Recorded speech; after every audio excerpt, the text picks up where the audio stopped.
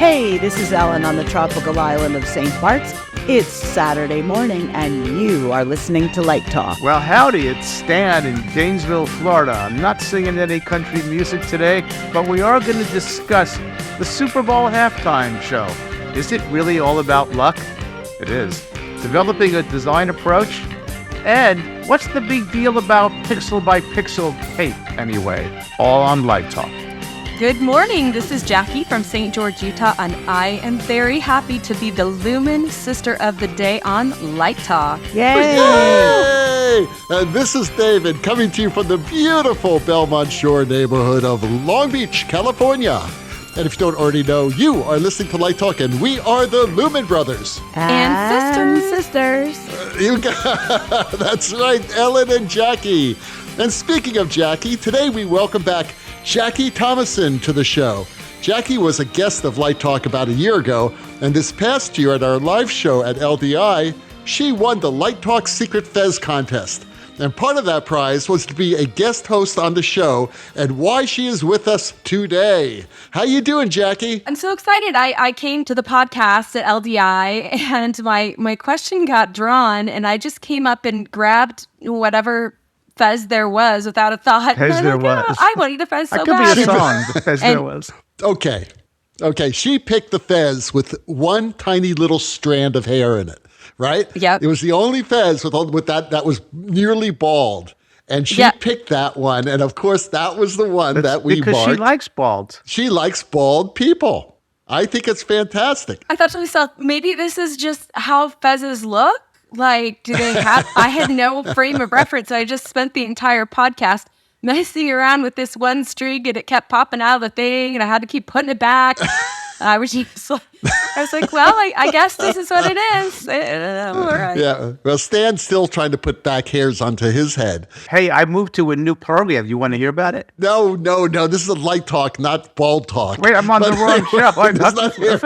I thought this was hair talk. I'm going to go now. Well, besides winning the Fez and guest host of the day, she was also given the choice of adopting one of the wildlife critters from Stan's backyard. She chose Spot the Iguana, and we would like to know, how is Spot doing? Yeah, so I brought Spot home, and I had him in the kitchen, and my 18-year-old came in, and she was like, what is this? And I'm like, oh, I won this. This is my iguana. It's Spot. I won him on Light Talk. And she just kind of picked him up real slow and put him on her face and said, this is mine now. And I was like, okay, then I guess it's yours now. And so she took it with her, and he's living his best life in my daughter's bedroom. Well, that's wonderful. They're good friends, so I understand. She's keeping good track. I may have to bring you, when I come to Utah, I'm going to bring you my mensch on a bench. Do you know there's a thing called the mensch on a bench? And I have two of them. People gave them to me when I went on sabbatical. They got two mensches on a bench, and they could sit with Spot in your daughter's bedroom. Okay. Never heard of menches on a bench, but I'd no, like to look see it up. Yeah, Google that. Google mensch on a bench. I will. Well, anyway, welcome everyone to episode 360, or as we call it, Coming Full Circle. Is it time for another orbit? What do you think, Stan? Another orbit? What are you talking about, Dave? Well, this is episode 360, and there are 360 degrees in a circle. Oh, that's what you were 360. It's the perfect time to shut this thing down, baby. Oh. We've gone full circle. Shut it down. This is not math talk. It's gotta be Light Talk. Math talk. Well, yeah, We are never talk. shutting this thing down. This is going on forever. Ever and ever. Well, by the way, Jacqui here is a Lumen sister for today. So she's going to be just commenting and answering questions, doing the things that Stan and Ellen and I and Steve and Brackley and everyone else who's been on this crazy show do. But hopefully she'll be doing it with a little more common sense than we have. Well, I think she has to brush up her humor to be on this show. Oh, she's very funny. Well, we'll see about that. Okay. I know. Do you believe this? I can't believe it. I've got lots of humor. No, someone should. It's got to be someone's job. My job is to abuse the honorees. All right. Speaking of abuse, let's talk about the Super Bowl halftime show. Yeah, I'll be turning off my mic now. No, we know this is Stan's favorite music. And you were probably up waiting, just waiting for Usher to take the stage. Stan? I mean, I was. You were. Okay, and so was I. By the way, I was at I'm muted. You muted? You muted them? Okay. I was at an incredible Super Bowl party. Snoot and I went to this party. There were about 300 people at this gorgeous house overlooking the ocean. It wasn't our house. It was one of the Lakers executives' homes, and one of Lori's old-time high school friends, which I found out a lot about her at this party, which was really interesting. We saw it on a huge TV with a great sound system. And I just want to know what everyone thought about it, because I have some definite opinions. Why don't we start off with Jacqui? Jacqui, why don't you tell us a little bit about what you thought about the Super Bowl halftime show? I was quite surprised at all of the different elements that were a part of it. I mean, with the showgirls and the feathers and the roller skating, I mean, it kept me on my toes. I mean, it was a lot. So I really enjoyed it. I thought that the whole platform that he was standing on was really fun. It was just like the effects, seeing all the lasers. You know, it's a Super Bowl. It really was over the top, I thought. I agree. I dug the bracelets, though. All the PixMob bracelets were super neat. I thought that was a nice touch. Yeah, 3,000 PixMob LED wristbands and 60,000 PixMob laminates. Wow. Yeah, that's what it looked like. Yep. A lot of LEDs. It was fun. I thought it was fun. I like the big red piano and the flyaway cape. Like, a lot of the spectacle parts were unexpected. Well, it was a difficult show to do because I actually counted 20 musical transitions yes, in that there were show. A lot. There were actually 13 songs. I swore there were like 20, but I actually counted them. And the problem when you're doing medleys like this is trying to fit them all into like 12 minutes or however long that damn show is, and figuring out a way that it makes sense. That it flows, transitions flow. And this is where I thought that they kind of dropped the ball in some of them. I thought some of the songs were so different that the transitions from song to song were kind of jarring. However, design-wise and visually, they were quite superb, the transitions. And I just thought that, again, Bruce Rogers and the team at Tribe did an incredible job. I mean, between the costumes and the lighting and the projections, the video, the sets. I also loved that piano. The piano was great. I don't think it was real, but it looked really cool. And if you notice in there, and I watched it again today, that red piano was stunning, mainly because it matched her dress, which was also stunning, and and it contrasted with that beautiful blue on the floor and the blue around the rings of the stadium. So all the background was this incredible sort of bluish green color, and then you just really popped out that red piano. And of course, in the beginning with the red flowing parachute behind her, I thought that was quite beautiful as well. The only problem I saw with the whole show, though, I thought they were having some sound issues in the beginning with the microphones. But you know something?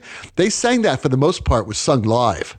As a matter of fact, Alicia Keys was not in good voice for that show. She had a few problems during that song, but it was beautifully done. And as far as the live part of it was concerned. What do you think, Ellen? Well, I'd like to clarify one thing, which is that Bruce Rogers and Tribe, which does a great job on the production design, does not do the lighting. The lighting was done this year by Al Gurdon, who is a UK-based lighting designer. Oh, yeah. And the lighting directors are Harry Forster and Ben Green. Lighting director, programmers, Eric Marshwinski and Mark Humphrey, and a huge long list of people after that. So a lot of people involved in this. The lighting gear comes from PRG. And as everybody knows, it's a massive production to put together in just a couple minutes on stage, and months and months and months and months of building and preparation for a show that lasts, 12 to 13 minutes. So hats off to everybody. I thought the sort of Las Vegas elements with the roller skating and the of showgirls and everything sort of made it different, and sort of based on his residency in Vegas. And I thought they did a great job. Yeah, and just to clarify, Bruce and that team worked with several lighting designers over the years. I don't know how many years Bruce has been doing this damn show, like 20, 25 years, something like that. But they always have that incredible coordination, that visual coordination, because you have to have a show designer on the show that overlooks everything. And Al is an amazing designer. He actually did that great production of Jesus Christ Superstar for NBC a few years ago. And I thought that was beautifully lit, magnificent designer. Right. He's brilliant. Yeah, and the whole roller skates, the acrobats, like you were saying, that they were, the showgirls. You also had like the cirque element here and there, and pole dancing. Even had pole dancers. I couldn't believe it. I thought that all that was like almost gilding the lily. I really thought it may have gone and jumped the shark just a bit. But hey, listen, we're talking about the Super Bowl here. I mean, come on. They had the marching band. What's going on with marching bands? It seems like every Super Bowl halftime show now has a marching band involving that. I thought it was very entertaining. I know this is not Stan's cup of tea, which is why he's gone out and probably went to the bathroom during this segment. Stan, are you there? He's not there. Where did he go? He's left the Hola, amigos. Hola, amigos. Okay, I have one question for you, Stan. Why did Usher take off his shirt? To get to the other side. I thought it was his mic. Was he having mic problems? No, he had the mic going down his back. Yeah. Believe me, that was planned. He took his shirt off. Now, look, if you're going to look that good, you can't blame the guy for doing it. Oh, I hear it. Yeah. I don't know. I mean, Alicia Keys looked amazing. She was so beautiful in that dress. So maybe he was like saying, hey, I could look beautiful too, and took his shirt off. But I don't know. It's not my thing. I thought the camera work was quite spectacular. I was thinking that there must be drones here, because especially when he came on, when the roller skates started coming on, I watched that like 3 times because I'm thinking, could this be a drone? Because I never once saw a camera in a shot. Never once. And I looked for cameras. So I don't know how they did that. I don't know if there was a drone doing that, or just great camera work. But that was just another thing I thought was fabulous. Yeah, I thought the camera work was amazing too. As they moved from transition to transition, and a lot of angles that they were having to steal up. There was a lot of that over the top, over the platform with the roller skates in front of them. Always, it was really switching quickly, like not too quickly, but pretty quickly. And I can't see how they had camera. I would think it would be drones. Yeah, there was only one manual camera that I felt that was a manual camera, and that was in the beginning. Yeah. And the camera guy was pulling back, and Usher was moving toward that main stage, and he stopped for a second. There was a transition between 2 songs where he started talking about, I'm here. They didn't think I could be here. And the camera person actually turned to the left expecting someone to enter there, and that person never showed up. And then he went back to Usher. I said, okay, obviously it wasn't a drone. It was obviously just a camera person. But there were some great effects on that too. They had lasers going across the field in a very low angle. I thought that was really cool. It was very well done. Anyway, congratulations to the entire team at Tribe. And of course, as Ellen said, Al Gurdon, beautiful work for everyone. So kudos. So, hey, listen, let's get to our listener questions. Ellen has the first listener question of the day. Okay. Ricardo from Belize asks, I listened to your excellent interview with Michael Chybowski, and he was talking about how things just seem to fall in place for him in his career. Is it true that luck has a great deal to do with success? I'm not sure in Michael's case or anyone's case it's really luck. I think sometimes it's a case of being in the right place at the right time. I'm not sure if that qualifies as luck. I think in Michael's case, he took a huge risk when he said he went out to like Alaska for his first job. Not everybody would pick up and move that far away from home. So I think it's some risk taking. I think it's following up on every opportunity that you get. If you go to LDI, for example, and you come home with 100 business cards or 100 QR codes or however you're communicating with people, don't just let them gather dust. Follow up, whatever you're looking for, and see who can help you and who can mentor you and who can give you a leg up in the industry, right? Right. I want to say a couple of things about luck. I think I may have said them before, but they bear repeating. So luck is not given appropriate weight in life in general, good and bad luck. So, or randomness that happens is not something that we sort of recognize as a significant factor, but the data shows that it is. So there is that, and that's real. But I would also add that I have never in my life seen these two things together. A lucky, lazy person. So you could argue that you make your own luck, but there's something to be said for being prepared. I think was Ellen's getting at, like being ready so that when luck comes, good luck in the sense that you can seize it. If you're not prepared, then that's because you're lazy, right? So if you're ready and the call and the phone rings, then you can take the job and you can do well. And sort of maybe luck begets luck. I think I've been a really lucky person, but I don't necessarily always attribute that to anything that I do consciously. So again, if you just look at the data, randomness has a larger role in our life than we're willing to consciously give it credit for. I think that there's a lot of truth in what Stan says, that kind of you have to be ready for the things that are going to be that are presented to you when you don't know you don't know what's coming. I think my philosophy is that I try to be prepared. Like I do a lot of research and I do a lot of my own study to be ready for, the things in the industry that are coming my way.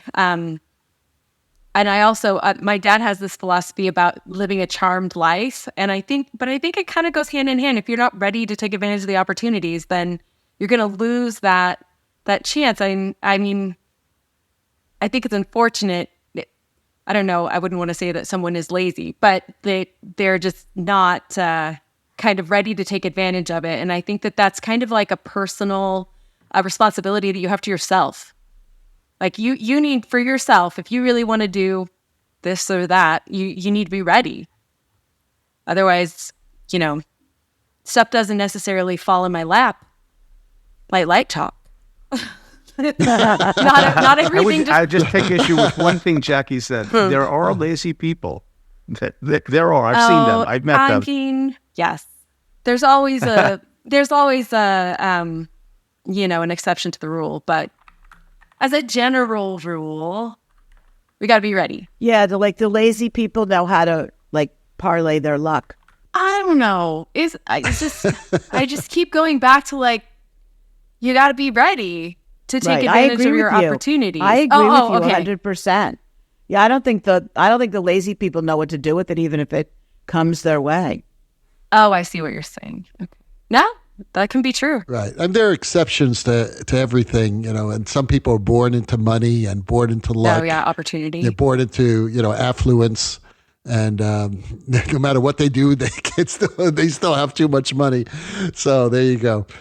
Roxanne, you don't have to turn on the red light. You see, I shouldn't sing. Okay, Roxanne. In Nashville, which is a singing kind of town. Yeah, that's right. But she wants to know, what's so special about pixel by pixel control of LED tape? Isn't all LED tape the same?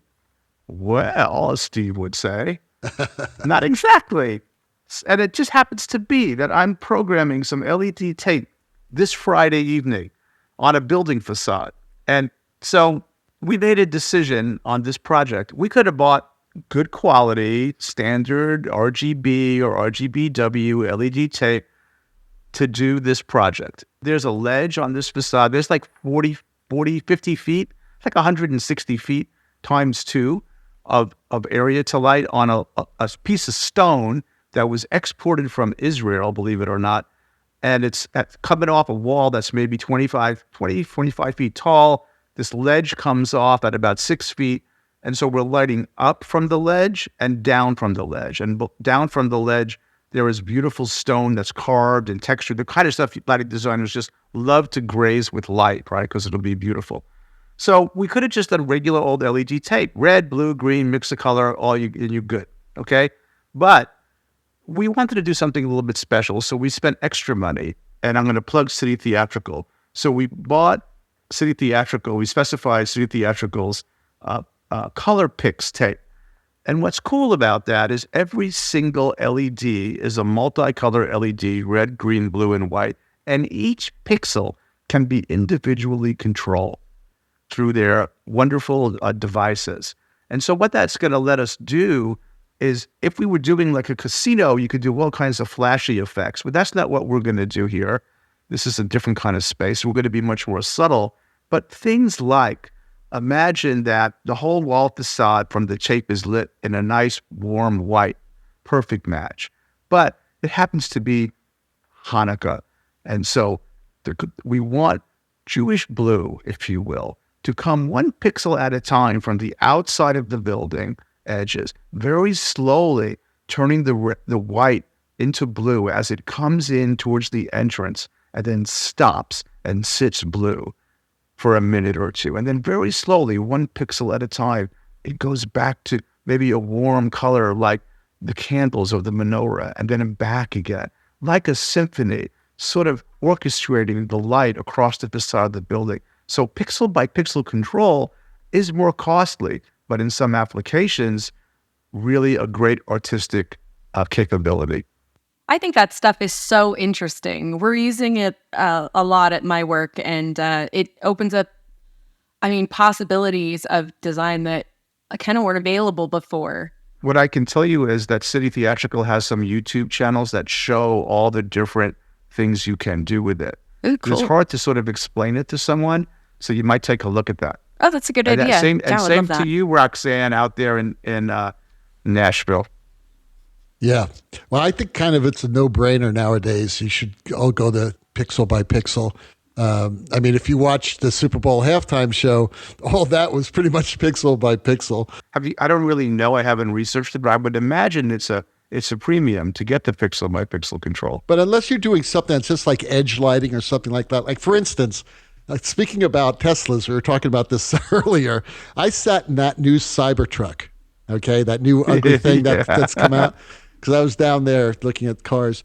And there's this line of light that goes around the interior. And it's just LED tape, Right.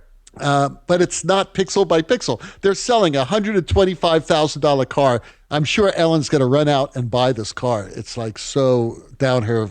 I can just see Ellen in that Cybertruck. Right? With this thing going around. And with it's a bandana around her neck. Oh, no. What color? I don't like the cars that have the LED lines across the front. I'm absolutely not going to buy one with them running around on the inside.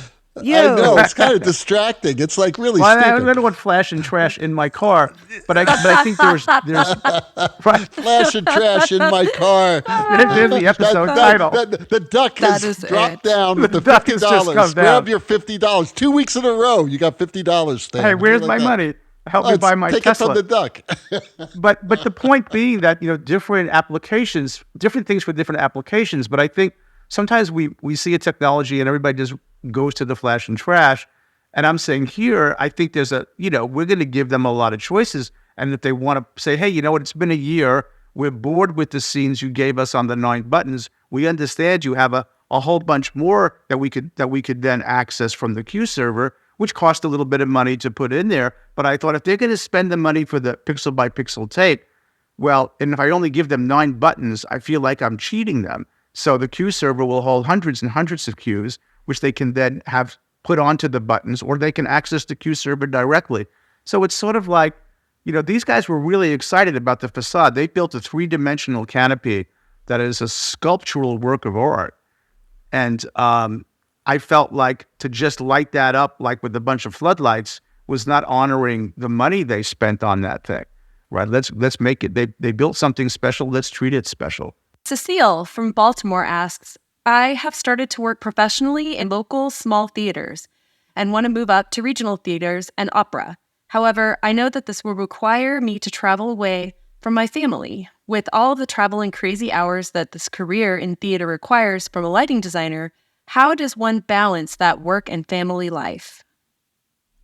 That's a mouthful. but I think we all we're all trying to figure that out, right? I'm not touching that. The work-family life is what we're all aspiring to achieve, right? Yeah. You're in the wrong business. Yeah, if you want to have family and a job, don't be a designer. Like, it depends on kind of where you are in life and what sort of support system you have at home, you know? Are you able to go and someone's here with your kids and your cat, or are you in a position where you can just jet right off when, you know, someone rings you? It sounds like Cecile's kind of still in that, doing that family life, and just needs to figure out how she's going to balance it. Planning. Don't you think? She's like, got to plan ahead. You know, the notion that this business is a business where you can have a balanced life is a misnomer. Oh, I agree. It's just an inefficient, it's just, I was talking about this the other day. It's like, if you look at Disney, and David worked at Disney, you know, things cost a lot of money to make these exhibits at theme parks. And they cost a lot of money, they take a lot of labor, and they charge a high price to experience it, because it's just not an efficient thing. If you're looking for efficiency, the entertainment business is not where it is. It's just an inefficient process. It's an art form, and art forms are not efficient. If you want a Van Gogh or you want a Rembrandt, it doesn't happen fast and easy, because that kind of stuff doesn't come fast and easy. That's just my opinion. I totally agree with you, both of you, actually. Although people have done it, okay? They have done it.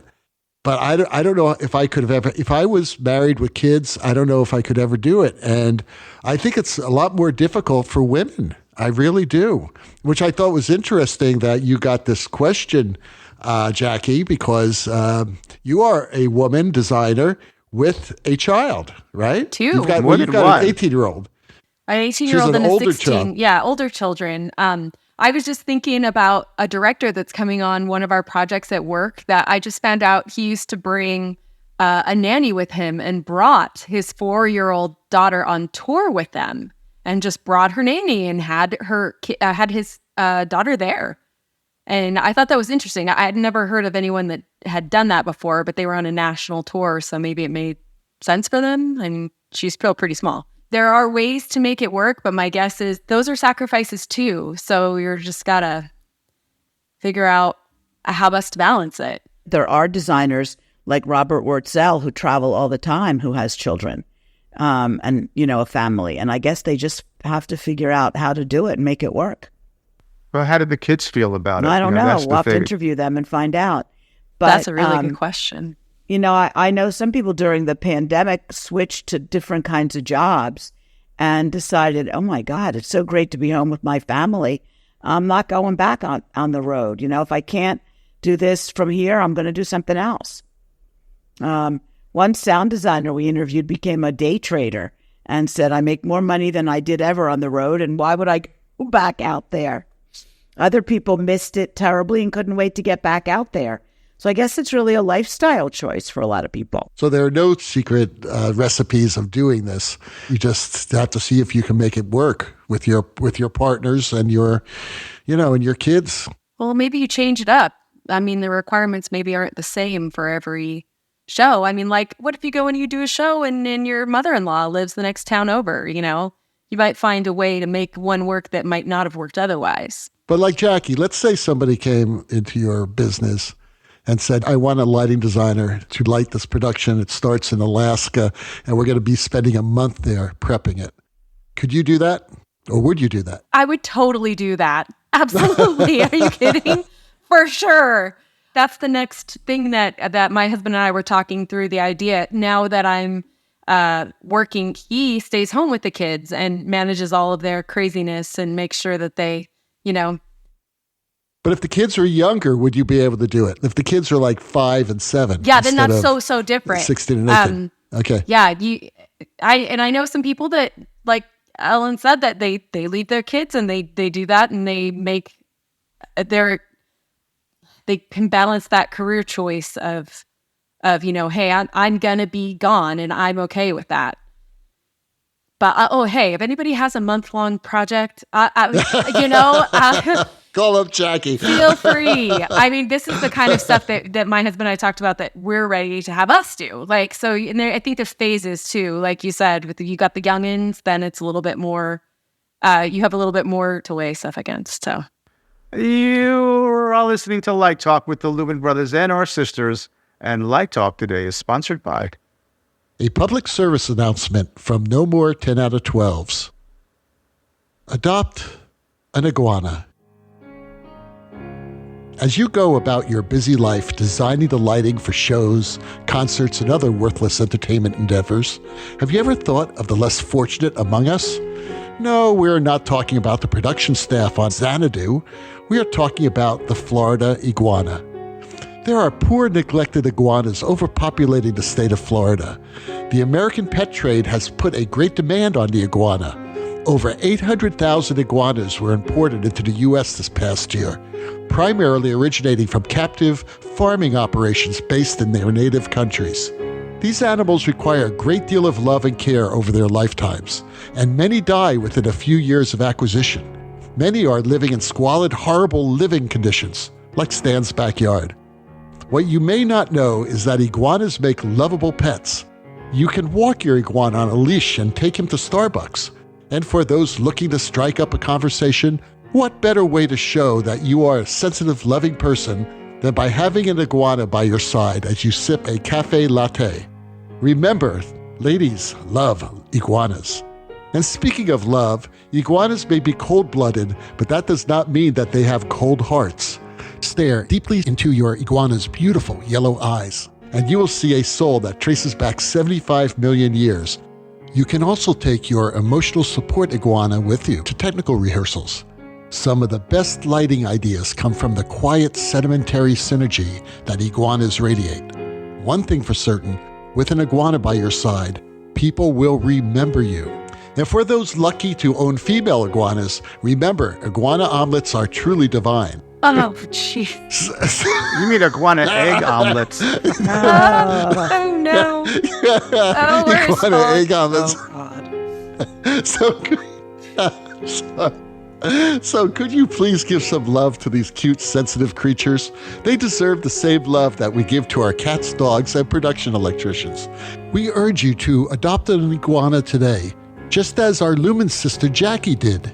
Please adopt an iguana, and hopefully soon we can stop playing these annoying Sarah McLachlan songs. And now, from the state where we export iguanas, Florida, back to Light Talk.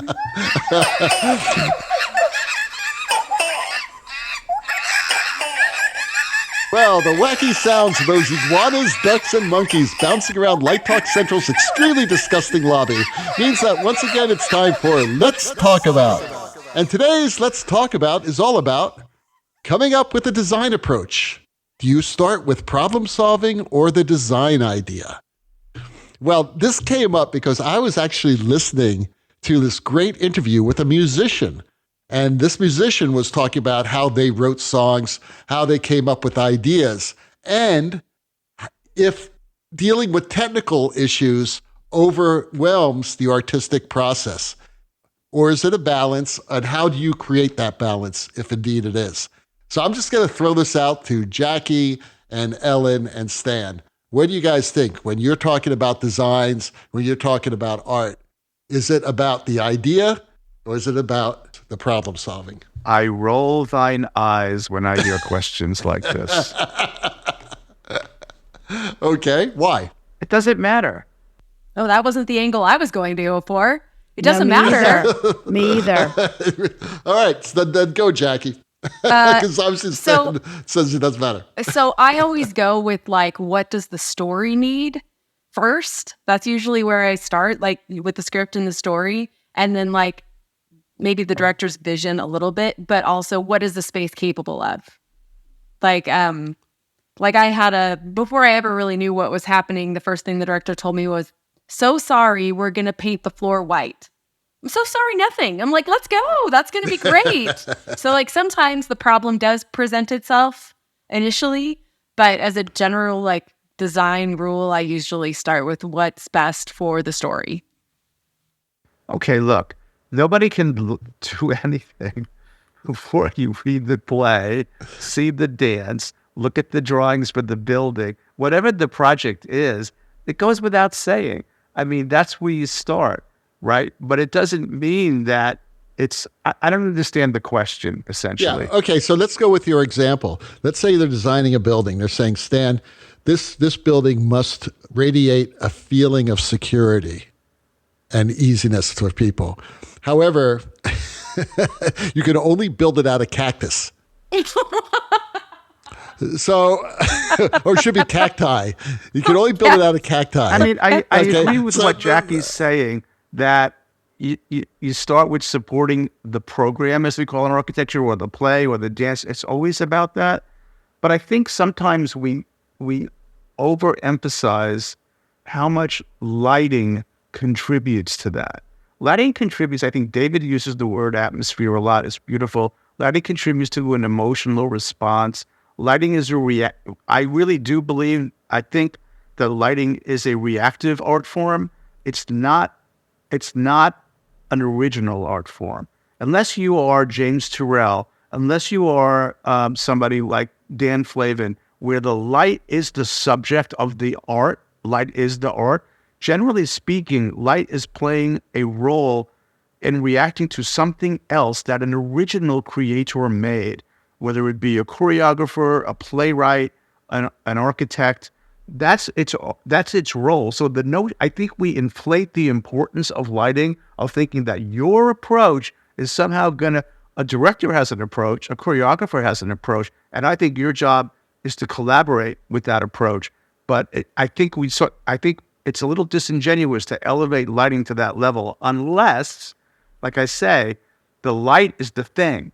The light is the subject. Like if you're James Turrell, the light is the subject. If you're Dan Flavin, the light is the subject. Light is not the subject. Light is on a subject.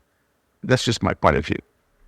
Well, I don't know. I always think you start with the design aspects of things, and then that identifies what the challenges are in building the set, creating the lighting, creating the projection. I think the idea is where it all emanates from. Well, I don't think we're disagreeing there, Ellen.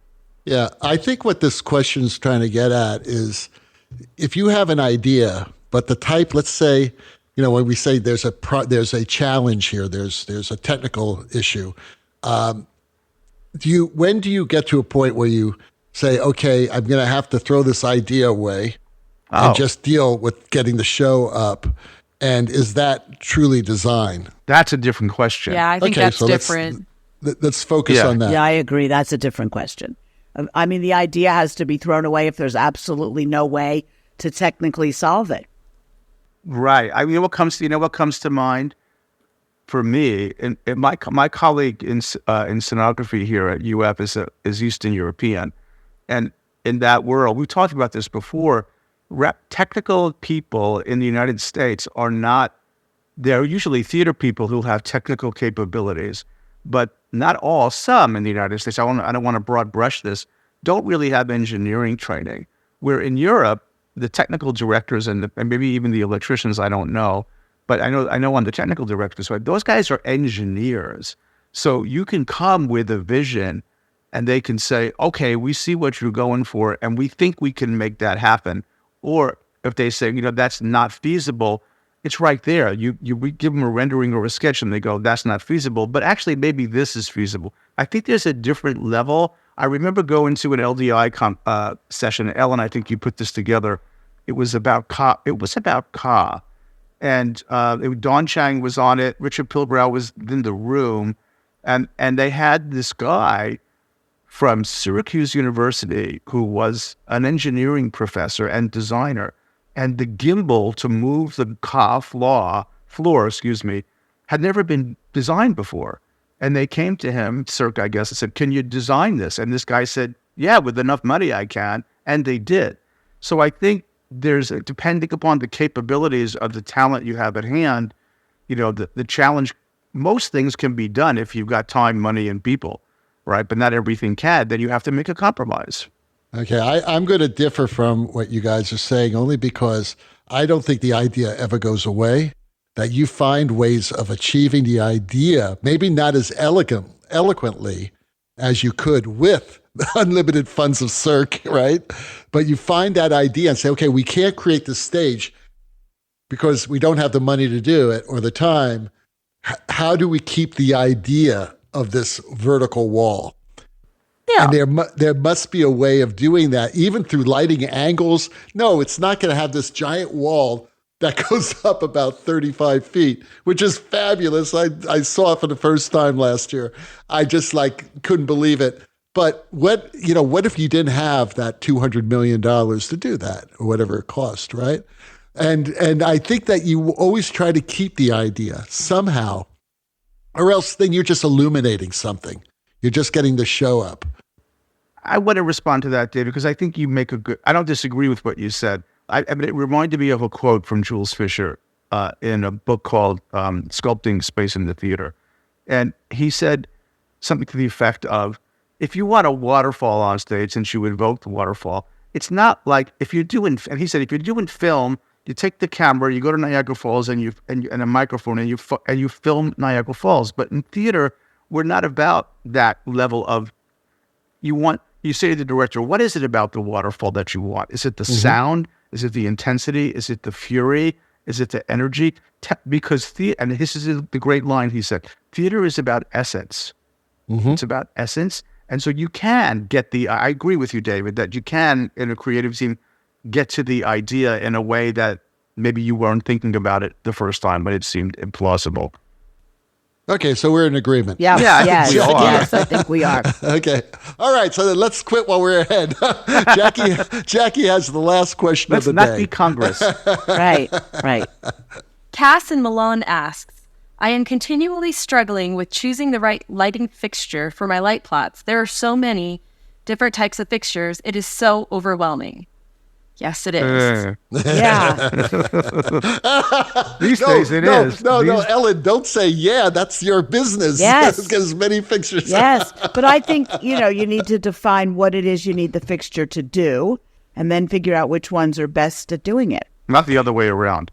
No. Yeah. Right. Yeah, and sometimes, going back to our previous discussion, you've got to see what's in the inventory. And if the light is close to doing what you want it to do, you use it. There might be 30 different fixtures that can do the thing you want to do. So if you zone in on, like Ellen is saying, zone in on the effect you want, and then pick the fixture that's maybe the most economical or the most reliable or whatever other factors come into play. Right, and there are 30 ways to leave your lover as well, I think that's 50. The other thing you can do is you could go to a distributor that carries a lot of different brands of similar fixtures and do a little, compare and contrast and say, wow, I really like the sharp beam on that one for this, but the more diffuse edges on that other fixture will be better over here where I'm trying to have moonlight coming in through the large window, stage left. Yeah, there you go. You have a shootout. Yeah. Shootout. Yeah. And think outside the box, because sometimes it's not a theatrical fixture you want. Right. But she's in Milan, right. Cass is. Yeah, she should go right to Clay Packy, and they've got everything she needs. There you go. That's a very specific recommendation. That's they good. They definitely have everything you want. I think that there's some importance value in just knowing what is in the hang and what kind of resources you already have available. If you're in a theater space, I had a VL that was out on the color wheel was out on it. And my technical director said, we can't use this. This is broken. And I said, oh, no. We're going to use this all the time. And I added instruments to it and put rogue movers over the light and changed the color and utilized it. So, but if you're going in there and you're trying to buy new fixtures for maybe a new theater, oh man, the resource, you're unlimited resources. And I guess your limitation is the budget, right? So you have to kind of decide what can we afford and how, what instrument has the most, features that we can use to the best of our ability in our space. It's funny you mentioned Verilights. I was doing a show in Chicago, and not to talk down on Verilite. Sorry. No. Verilights are great, but only to say that there happened to be some Verilite. I think they were 2000s or something like that, but they basically were terrible lights because they were old and, just not maintained properly. And they said, well, we have 8 of these, but you really shouldn't use them because they don't pan, they don't tilt, they don't change color. I said, do they turn on and off? They said, oh, yeah, the dimmers work fine on them. I said, great. We'll hang them as shin kickers. Yeah, see? And we did. There you go. Because it saved me 8 lights, and it was a really nice, powerful shin kicker. So there you go. Yeah. So, yeah, you use what you got, and don't worry too much about it. But I think there's a lot of good information that we just gave. Hey, guess what? Take us out. We're going to get out of here. First of all, let's thank our wonderful, wonderful friend of Light Talk. She's been a guest on the show before, and now she's the guest host. Jacqui, thank you so much for being President with of our us. fan club. Oh, I love Is it. she? I am And the my fellow president. Lumen sister. It's great. Oh, yeah. Yeah. It was such a joy to be here. Thank you so much for letting me come on. Oh, yeah. Well, letting you won it. You earned it. And thank you very much for taking care of Spot. Yeah, she had good luck. That's Yeah. right. No, she was smart. She chose the fez. Both. With the lone See what I'm hair. saying? It's both. I wish that I could It's say it was as easy as that. It was just the closest one, and I was too embarrassed to run across the entire stage. That's It funny. was a twist of fate. It was meant to be. It was. It was. It was totally meant to be. Well, the rocking sound of the Luminoids tell us that once again you've spent another morning listening to the crazy brothers and sisters of Light Talk. You can hear our show on just about every podcast site out there.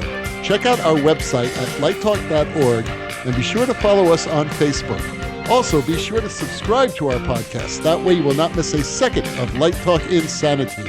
No guarantee is offered regarding the accuracy of any statements or opinions made on this podcast. However, As Jacqui would tell you, if you decide to litigate, the Snoop Group with the legal team of Sparks, Burnout, and Chase will be defending us until our retirement funds are 100% depleted. Light Talk is written and produced by the Lumen Brothers and Sisters, coming to you from St. George, Utah, Long Beach, California, Gainesville, Florida, and the tropical island of St. Barts. And be sure to join us next week when we talk about more lighting shenanigans and serve you more of our casserole of nonsense. These light-talking people will be broadcasting questionable Lumen knowledge and humor around the world as long as you keep listening.